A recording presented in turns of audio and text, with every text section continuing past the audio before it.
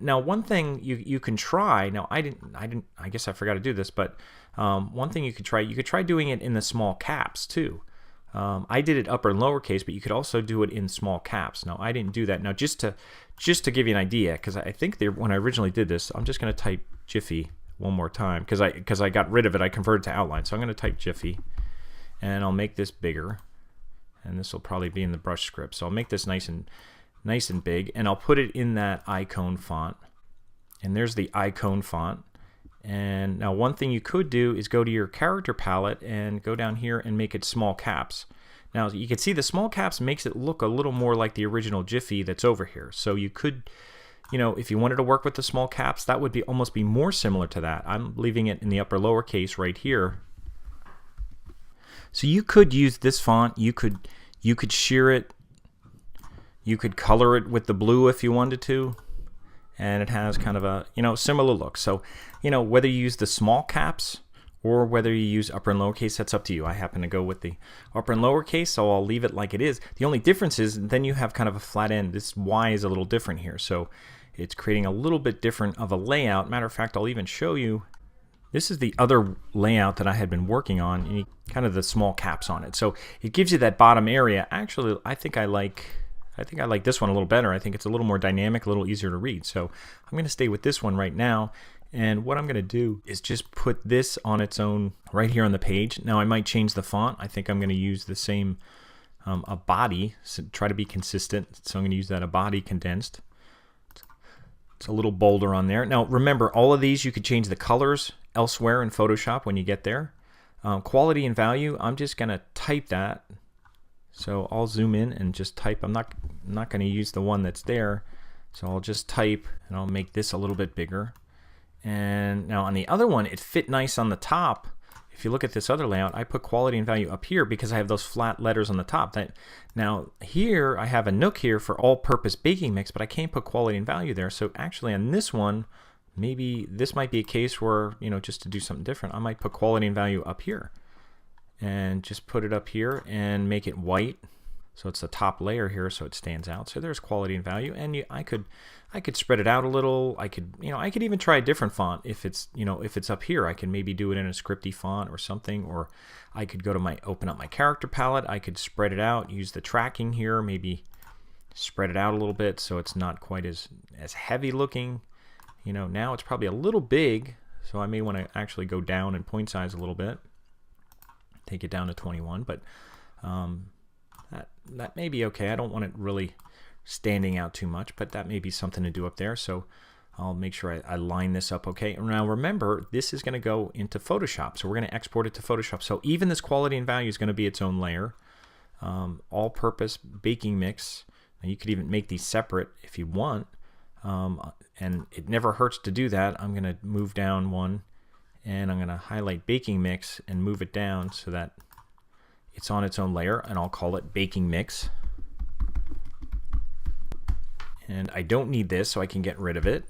And I think that's all I need so far. I'm not going to, you can put a, if you want to put some kind of starburst on here, a compare and save starburst, just like the old one, you could, I guess. I didn't do it on the other one, but maybe I'll just kind of mess around and do that a little bit. Remember, if you hold Command, you could make the points shallower, and if you want to add more points, you can hit the up arrow or the down arrow. I'll go down a little bit. I don't need that many, and I'll fill this with red.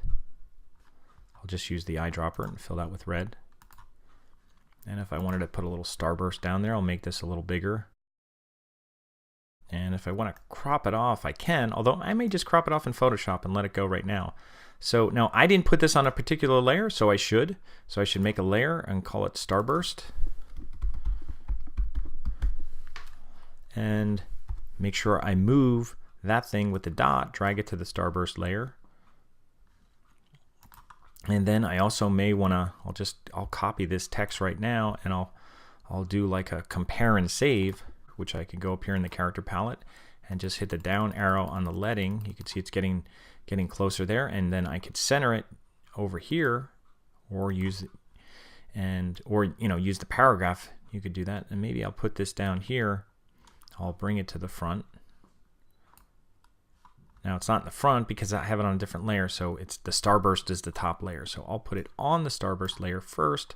I'll color it white and then maybe make another new layer. I'll just call it compare. Now if you have something kind of rotated like this, you can go to Object, Reset Bounding Box. Why would you do that? To make it straighter. Then I could kind of stretch this out a little bit. Looks a little better, and then I can move compare and save. Okay, where I did that, just so you saw, Object, Transform, Reset Bounding Box. So if you ever rotate something, you could reset it so it's straight again, because that way it's easier to like stretch it out either up or down. So I'm going to put that in here. I'll make it a little bit bigger. So I have everything on my own layer right now. And that's kind of all what I need. You know, again, I don't know if I like this or not. It's a little much down here, this starburst thing. But for now, we'll see what happens, because we got to put product in here. I could always turn it off or just leave the compare and save. As long as they're on separate layers, I can get rid of the starburst. But that's what I have right now. I'm not even going to worry about cropping it, because I could do that in Photoshop. So I'm not even going to crop this thing right now, because I'm not sure if I'm even going to use it. But the next step is going to be, first of all, make sure you save it. So I'll save this and make sure I just call it P7. I should have named this for you, but just call it P7 _ Jiffy Box, and then put your last name and save it as your Illustrator file. And then, now make sure if you brought this box and get rid of it. You don't want anything around the side if you're going to export it as a Photoshop file. Now we're working in CMYK, and I'm going to go File, Export, and it's showing ping right now, but I want to change that to Photoshop. Same thing we've done with the Ultra Clean, and I'm going to save it as a Photoshop file, and I'll export it, and I'll leave it as CMYK. I'll make sure it says right layers. Maybe I'll put it up to like 240 so I get a little higher resolution. You shouldn't have to do much more than that, but make sure you don't convert color modes until you get to Photoshop. So I'll hit OK. And then the next thing I'll do is I'll go to Photoshop. I'll just make sure I can do this. I'll go to Photoshop and I'll open it up. So here's my file, and I'm going to open it up. And there it is, open in Photoshop. And the first thing I'll do is crop it to get rid of that extra space. I'll do image crop after using the marquee tool. And now it looks a little better. Now if you'd like to see it with white on the bottom, there's no white here because I didn't have white on the page.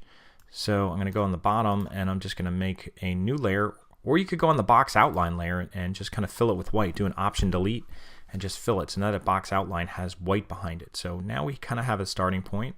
If there's anything we need to fix, I could see this thing needs to get a little wider. So what we're going to do next is start working on our effects and get our product in there. And I may have to get rid of this starburst that's here, but we export in everything is on its own layer, so we can move things around. We can add an effect to every single different thing in here. Now again, we're just bringing it into Photoshop, so we could do this.